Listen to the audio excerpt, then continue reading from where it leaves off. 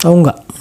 Ada caranya loh bikin duit 10 juta jadi 1 miliar. Mau tahu caranya? Di konten ini saya akan bahas cara mengubah uang 10 juta jadi 1 miliar.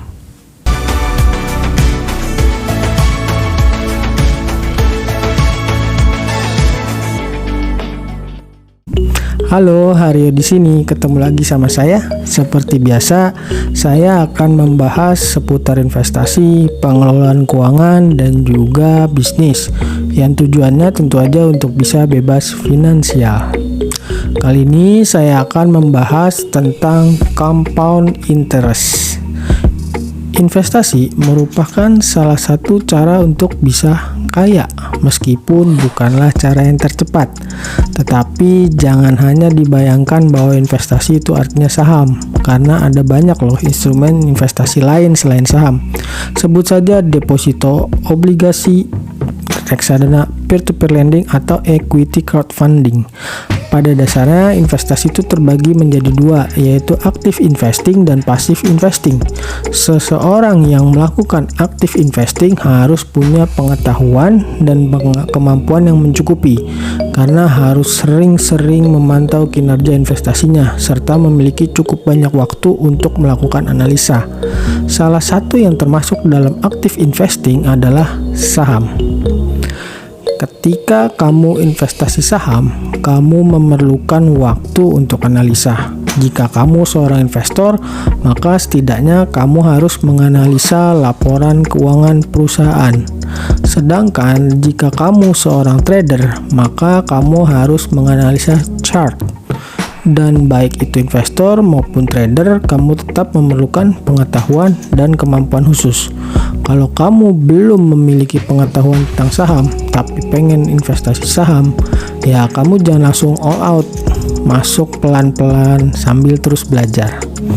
Sementara passive investing itu cocok bagi kamu yang tidak memiliki banyak waktu serta kurang memiliki pengetahuan yang baik. Contoh investasi yang termasuk dalam passive investing adalah deposito, obligasi, serta reksadana.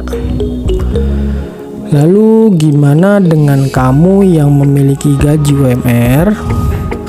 Kamu bisa memilih passive investing karena fokusnya pada creating income sambil belajar tentang saham, sehingga kurang memiliki waktu untuk melakukan analisa. Tapi tahukah kamu ada satu hal dalam investasi yang bisa mengembangkan uangmu jadi sangat besar jumlahnya. Bahkan uang yang tadinya 10 juta rupiah bisa loh jadi 1 miliar rupiah. Hal tersebut adalah compound interest atau bunga berbunga. Bahkan seorang Albert Einstein pernah mengatakan compound interest merupakan keajaiban dunia ke-8. Dia juga pernah mengatakan mereka yang mengerti akan mendapatkan hasilnya, sedangkan mereka yang tidak memahami compound interest akan membayarnya.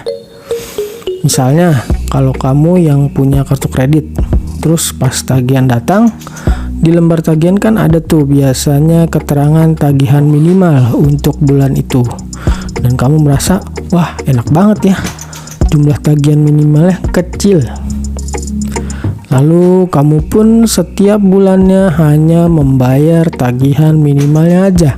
Hingga lama-kelamaan kamu pun menyadari tagihan kamu semakin membesar. Itulah efek dari compound interest. Seperti yang dikatakan oleh Albert Einstein, mereka yang tidak memahami compound interest akan membayarnya. Jadi cara kerja compound interest ini, misalnya ketika kamu investasi lalu kamu mendapatkan return atau hasilnya, returnnya nggak kamu tarik, justru kamu investasikan kembali. Ilustrasinya seperti ini. Misalnya kamu berinvestasi di sebuah instrumen investasi sebesar 10 juta rupiah dan di tahun pertama mendapatkan keuntungan sebesar 10%, yaitu sekitar 1 juta rupiah. Kemudian modal kamu dan keuntungannya tadi kamu investasikan lagi, jadi totalnya kan 11 juta rupiah tuh. Maka di tahun kedua, jika keuntungan investasi kamu adalah 10%, total modal plus keuntungan kamu di tahun kedua adalah 12,1 juta rupiah.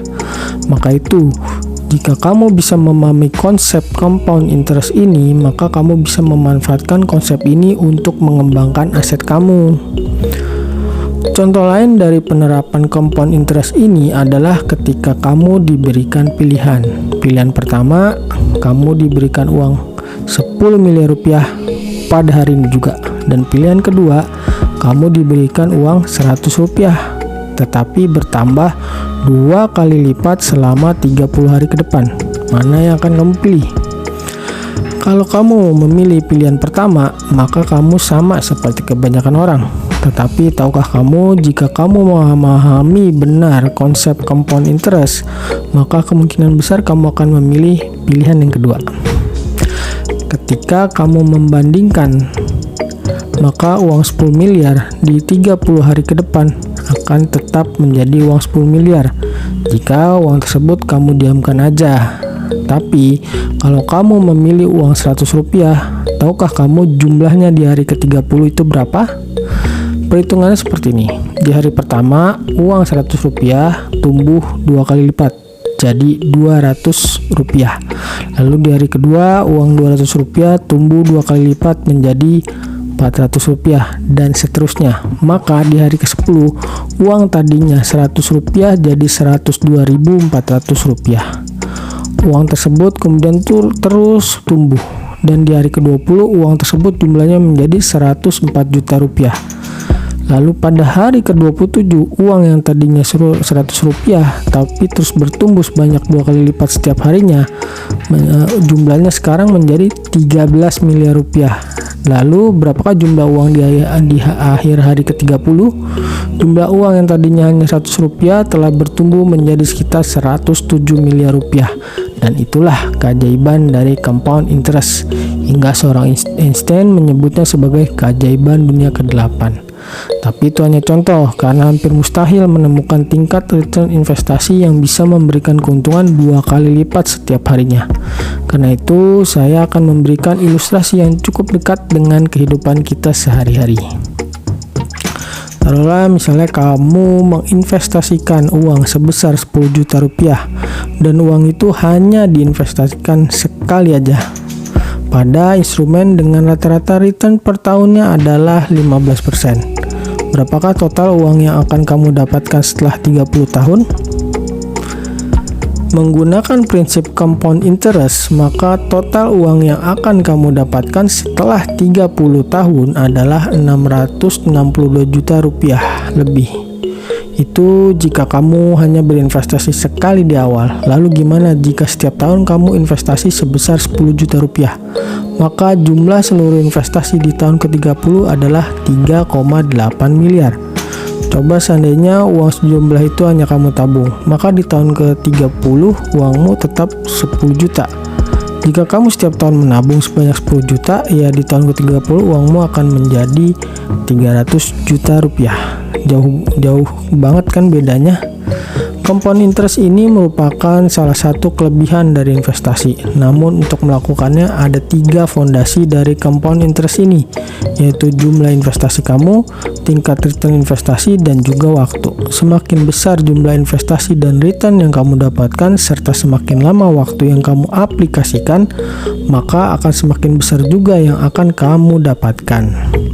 Hal tersulit dari pemanfaatan compound interest ini adalah pada kesabaran dan memilih investasi yang menghasilkan tingkat return yang besar, tapi tetap aman. Salah satu instrumen yang bisa kamu pilih adalah saham. Ada 2 cara dalam memanfaatkan compound interest ini. Cara pertama adalah kamu beli saham yang sama secara rutin dan nggak dijual. Ketika kamu mendapatkan dividennya pun, kamu investasikan kembali di saham yang sama. Cara ini memiliki kelemahan karena tidak bisa digunakan untuk semua jenis saham.